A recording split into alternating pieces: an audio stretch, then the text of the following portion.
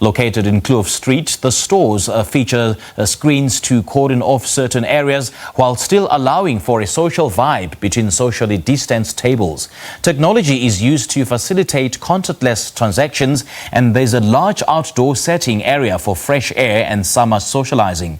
The COVID-friendly design was a collaborative effort from 4 South African architects and designers who worked together to create a clean, modern space that flows beautifully with COVID-safe functions. But to tell us more, we joined via Skype by Glenda Philp, the head of strategic and special projects of Real Foods. A very good morning to you, Glenda. Thank you so much for joining us. Welcome. Good morning. Thank you for having me. It's a pleasure. Now, this is South Africa's first COVID-19 designed dining experience. What exactly does it mean? So I think before I explain that, let me give you an idea of what the space is and what diners can actually come to expect. So it's actually 4 of the Real Foods brands collapsed into one kind of communal, if you can imagine, it's like this market feel that you walk into, and you've got 4 different brands that you can choose from. The seating is all communal, so it's very open space, a lot of different seating area that you can choose from. So that's actually what Kloof Street Village is all about. And how we designed it is, so during lockdown, so we actually acquired the space long before COVID hit us. And during lockdown, we decided to completely reimagine what the space could look like, taking into consideration COVID and post-COVID, how diners would like to experience eating in restaurants, taking their health and safety into consideration. So we really collaborated with all of our architects. I mean, you've named all of them, and we really looked at the space and said, okay, how can we design it so that consumers just feel comfortable? And we started from looking at how we can just incorporate as much natural air as possible. So we redesigned all of the windows and doors to be stackable. Open air can flow in naturally. We also put in additional air ducts into the ceiling. So when you're in the space and all those windows and doors are open, you just feel like you're in an outside environment and there's just fresh air flowing all around you. Seating-wise, we looked at ways that we could have seating so that it's not close together at all, but yet you still feel cozy in the space, but you're not sitting in right next door to the people next to you. Screens, we looked at screens and different ways of cordoning off areas. When you are ordering at the counter, there's screens that protect you from the personnel in front of you. Mm-hmm. And then we looked at if consumers didn't even want to come into the space, how could they still experience the brands? So we did hatches on either side. So we're actually in a unique position. We're on a corner of Kloof and Reeder Street. So we put hatches on either side that you don't even need to come into the store. You could actually order your favorites off the pavement. And then most importantly, I think this, everyone's embracing kind of technology and digital, and we've got a completely contactless ordering system when you walk into the store.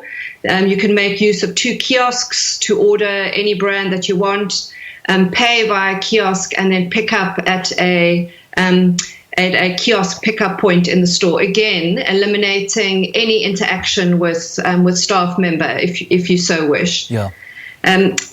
So it makes it, we really looked at all the different aspects. We even noticed that during lockdown, obviously our delivery ordering just increased hugely. So we decided to do a separate delivery corridor on the side of the store. So Uber Eats, Mr. D drivers don't enter into the store at all. They've got their separate little corridor on the side where they go and pick up all of the different orders. Even restrooms have got little kick pads on the doors, so you don't need to touch the handle if you don't want to. You can actually kick the door open and closed.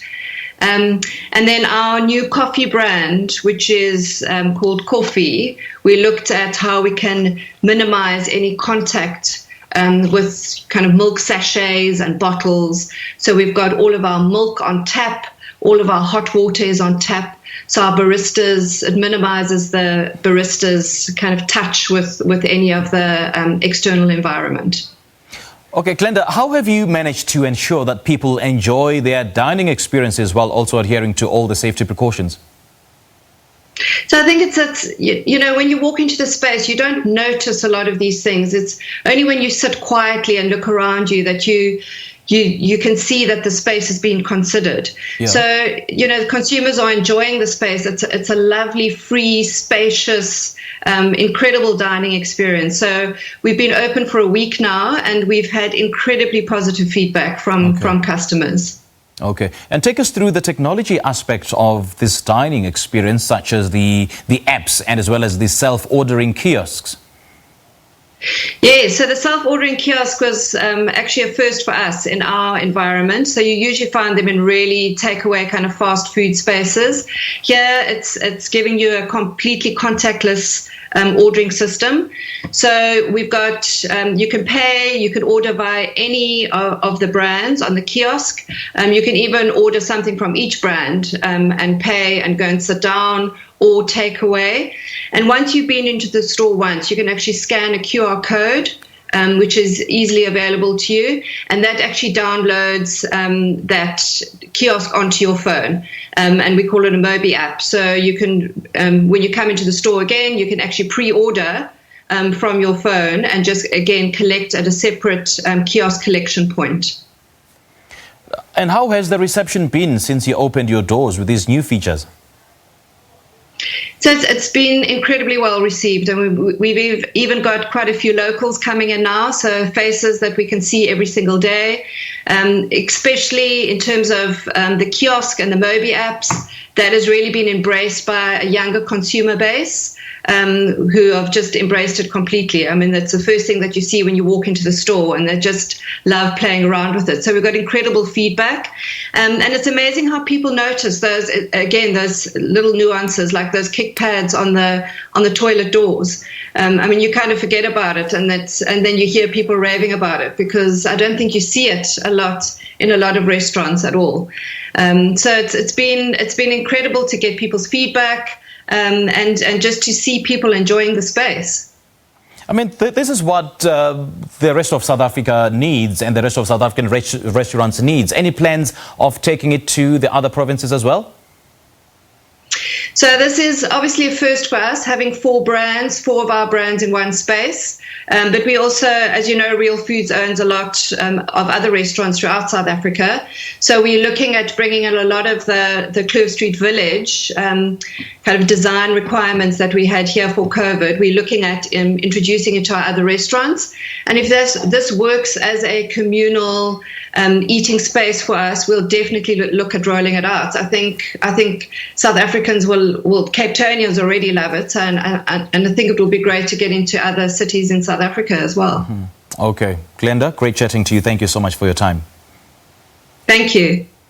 Well, that was Glenda Philp, the head of strategic and special projects of Real Foods, talking to us about the South Africa's first COVID-19 designed dining experience, which is in Cape Town currently.